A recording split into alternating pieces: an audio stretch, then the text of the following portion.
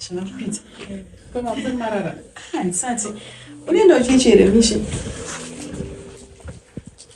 Ndoenda. Oh, unopinda chechi. Ndopinda Anglican. Alright, ndopinda Anglican. Munopinda ipi mani? Ini ndopinda AFM. Alright. Saka panapa tudana namata. Normally tinotorara tanamata. Manheru tonamata. Kana inini mega. Kana muchikwanisa. But Charmaine. Ukuita here zvandakakudza. Was 12 fana muka muchinamata. Ona 12 naye? Zveshe vanoti ndo panofamba mweya chine yacho. Yobva yasvikoteka muka. Munamata murara.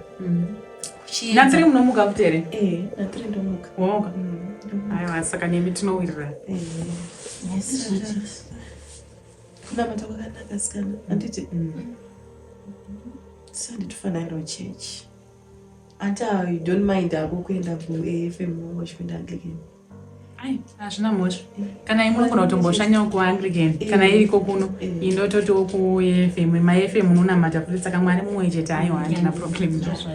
Saka Sunday mogadzira sikana toenda church. Aiwa, hapana shaka. Nditi. Chazona kuti amen. Chaona kana dede vakandipa mari ndopinda mutawa ndonotsvagira hembe. Alright.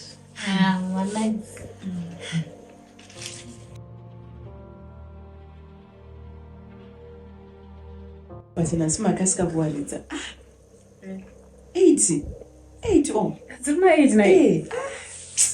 Ndatotiza ngendo new bedroom yoko. Tuzige ntumbo yantandari newasikana. Mamisoshe yaope. Kushaya hope chaiko. Apa neflu yandinayo. Mune flu. Flu yamukopisa inorwadza. Flu inenge ichitorwadza singaiti. Saka ndatotiza. Mama. Mune Bible. Ndinaro remufoni. Kana muchikwanisa ndipe yangu tirarita tiri kutongotanga kunamata kwacho izvozvi. Zveshuwa. Nokuti hanzi isu semaAnglican hangu kuri ingoti ndakakurira muAnglican asi ndichatojairirawo yenyu. Zvinova zvanzi muKristu usaneti. Namata urinde. Hondo dzese. Zvinoti asei? MuKristu usaneti. Izwa ngirose yako. Uri kati mematu namata urinde. Hondo dzese dzedima dzisingamboonekwi dzinoda kukumata nama. Zvinonzi iyo yaivanzofarirwa nambuya wangu. Sezvakafana nezvezvi kwasviba. Hondo dzese dzedima dzakudi dzakutorindira. Hondo dzese dzedima ndopadzinowanawo simba. Saka mama ndafarira kuti muriwo munhu anonamata wosini.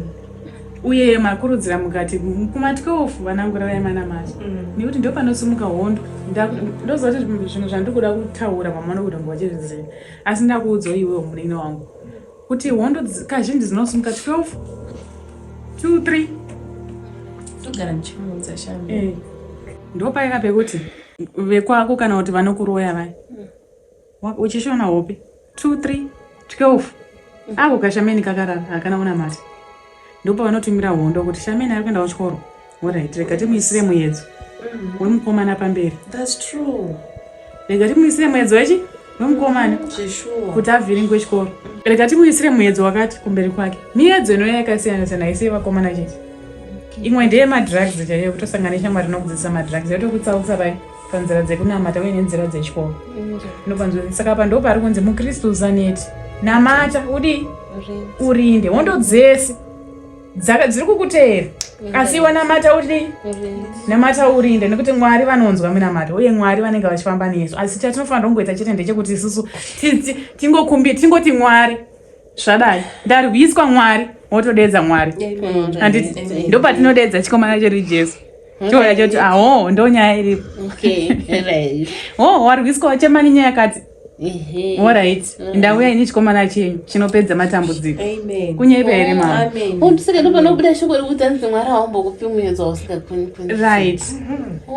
Zvazvinoita nditsanangure panyaya iyoyo ndingangoti isatsi inotaurwa nevanhu kana kuti chii haro iroro handizivi kana riri mubhaibheri vhesi iroro but zviri kunzi Mwari havakupi muedzo usingakwanisa kudi kukurira asi ini ndinobva ndaparamba ndobva ndati aiwa Mwari havasivi vanokupa muedzo ndibvunze nemhaka yemama Mwari havakupi muedzo pa Mwari vanopa zvakanaka Satani ndiye anopa zvakaipa anoona kuti munhu ari kufamba munzira dzaMwari uye munhu ari kutambura hake kana kuti ane zvakati asi anoimba naMwari chitega ndimupe dambudziko iri atsauke munzira dzaMwari ndo watinoti muedzo zvemama zvakafanana nemurimba menyu mama kune vari kutozoti muri mumba iye Satani pacha zvake aripo pakurwisa chakanaka imi muri mumba ndo paanokupai muedzo kuti uyo muedzo chitsauka panzira dzaMwari nhasi uno zvinogona kudii umwe munhu anorwurirwa nemurume umwe munhu anodii chai umwe munhu anorohwa nemurume but Satani anomupa muedzo iwoyo kuti Mwari ndiwo anoti iwe rohwa nemurume ndiri kupa muedzo ndinoparamba ikoma ndikati ai ameno pamwe ndinenge ndakutaurisa mama asi kana ndafara mwana unoziva bhaibheri unoziva shoko ndochinofarira ende ndikagara naye uyo anaguma ndikuverenga bhaibheri aiwa bhaibheri hanzi ndo chingwa cheupenyu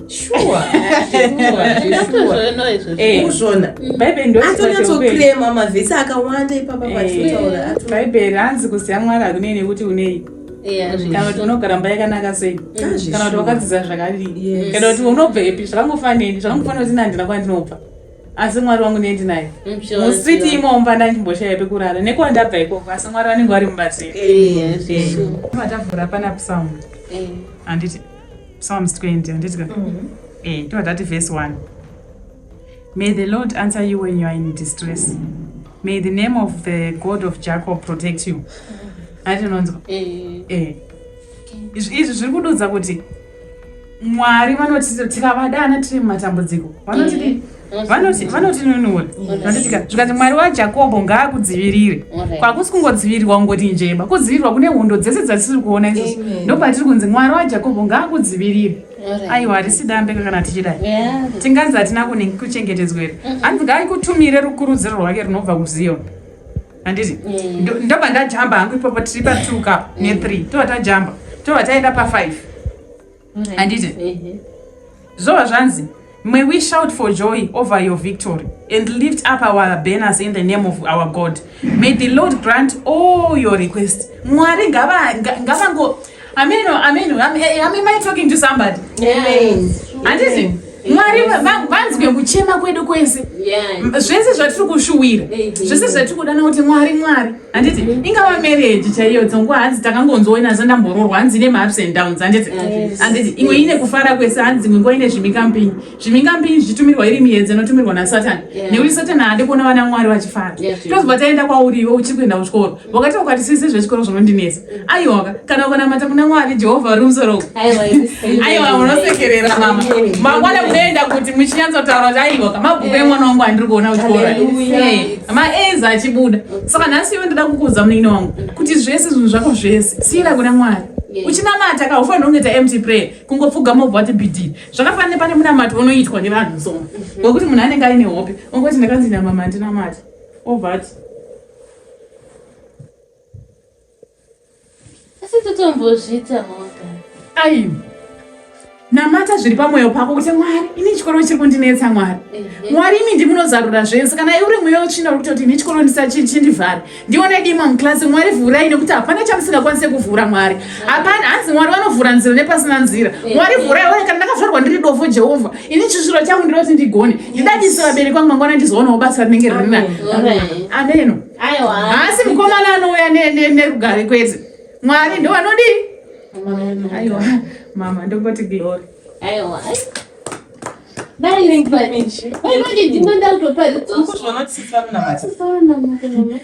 kondaise bufone nyame ndinenge ndazoikata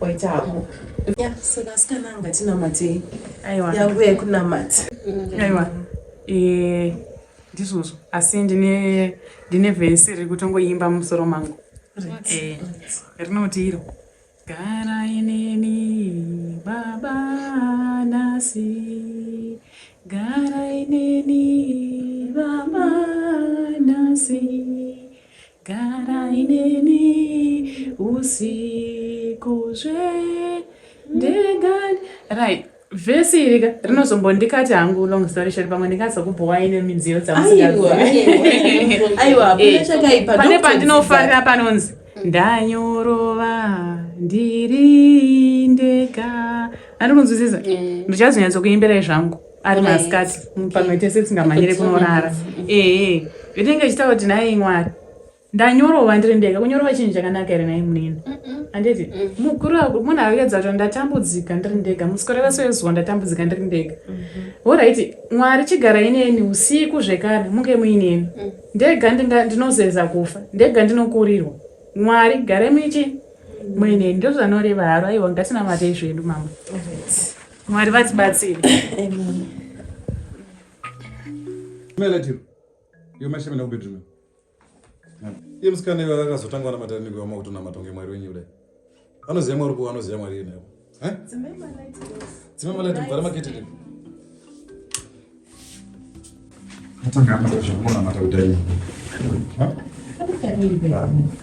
Apa chakaipa wabuda mubuda ndichidasi wanondisiya ndiri kuno muchibuda basa sorry pakandatsika ndakufunga kuti wese kana chakuda maraits angu kwaoreka unovhoda kubuda wovhoda kubuda makupedza chicho kuti ndinonorara murume wako ndikunorara murume wako dai ndatsina kuenda unorara wasara pachipindu mane sara pachipindu aubvuma kuti sorry sorry kuita zvekutoita kana ndakuda kutosangana newe ndoita zvekuti takara tikunge ndikutambira taekwondo zvipere nhasi izvozvo zvidi kuzvona next time ndinozotuma vanhu kuita siri zvedu nebehaviour dzinodzo kana kunzi kwadoka munhu wangu kumuinda kunorara pfisa hembe dzako dzokurarisa kupfeka hembe dzokurarisa hati kuita kuti dzosovetana zobasa juti ndozokuda kuti ndindidzo ndokubata bendeke tototiza kutomhanya kutaina unovakunamatiwa ndangoti vana sezvavari uko ndinonamata pamwe chete nevana ingawana easy to do it kana pakanga misha asati ashaya ndangoti ndinonamata nevana ana chawakadzikiswa nemusikana wechokwadi kacho vana vapo unoti vana good night good night uchaanza kuvivo tarisa kuno good night kuvivo ndiwe unoti good night ndiko waita kuti ndingondisara kati good night kuvivo ndiwe good night kuvivo waita ngati good night kuvivo ndiwe ndiva kuna ndipe ndipe zvinoitwa iwe saka ndoti zvokumberi udatibadara ndidane zviti zvokubadara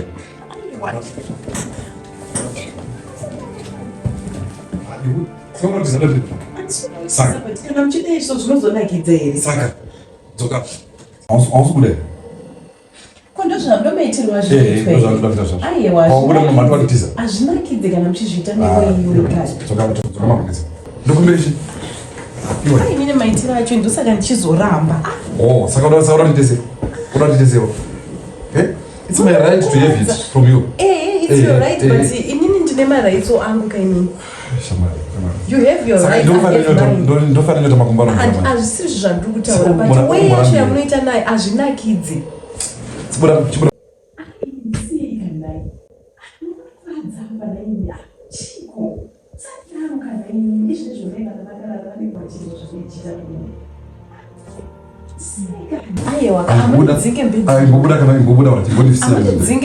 imbobuda ungondisiya ndege kana zvinetsvana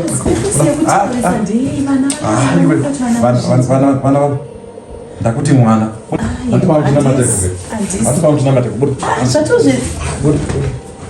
peta ndirandega kana usingadega peta ndirandega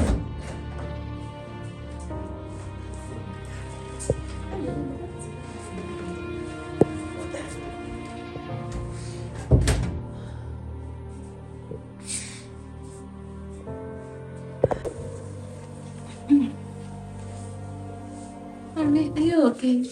Yes, I'm fine. I'm fine, girls. Serious? I'm okay. I'm okay.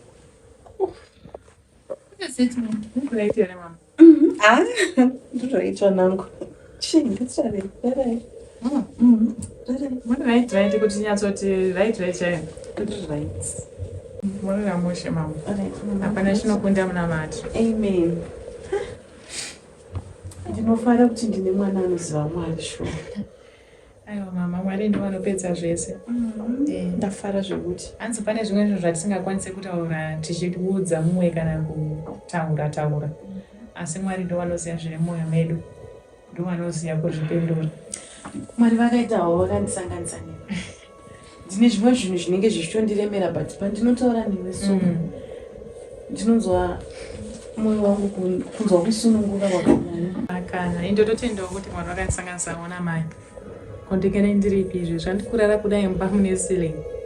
Hope dzinobata zvinoenda usina kazoti wararepe. Ndototenda Mwari uone kuda kwenyu. Shisho ngatinde Mwari nezvozvo. Amen. Ngatidande nesena. Thanks. Good night.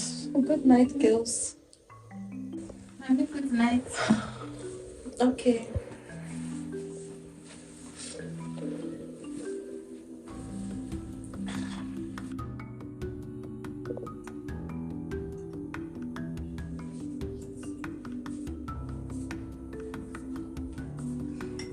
Mama kasipeka baba.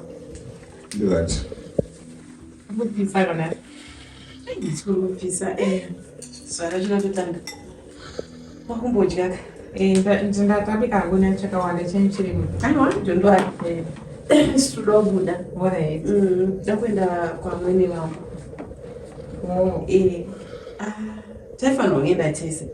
But ndinoona kuti hazvizonyatsoiti. My mind's a little bit hard. Saka ndofanirwa kutanga ndano. Little bit hard kuna kama mmoja. Vaita hadi bakuri. Asiri zvozvakuti. Aiwa, but ungataura kazvo. Ungaudze stranger here kuti mama wangu hadi bakuri nama. Even nyamada ngasiri hadi waenda uchinoti ndiya. Waenda naye uchinoti ndiya. Ana mati ndo zvandiri kutoenda kuno. Apa kusati mama wangu hadi. Mama wangu uzoipa nhasi nekuti wawana musikana wawana. Andinoti vakaipa. Muoneke mune zvakanaka kwete zvekuti hadi wapinda pakizvo. Should not name wangu wataura zvavo.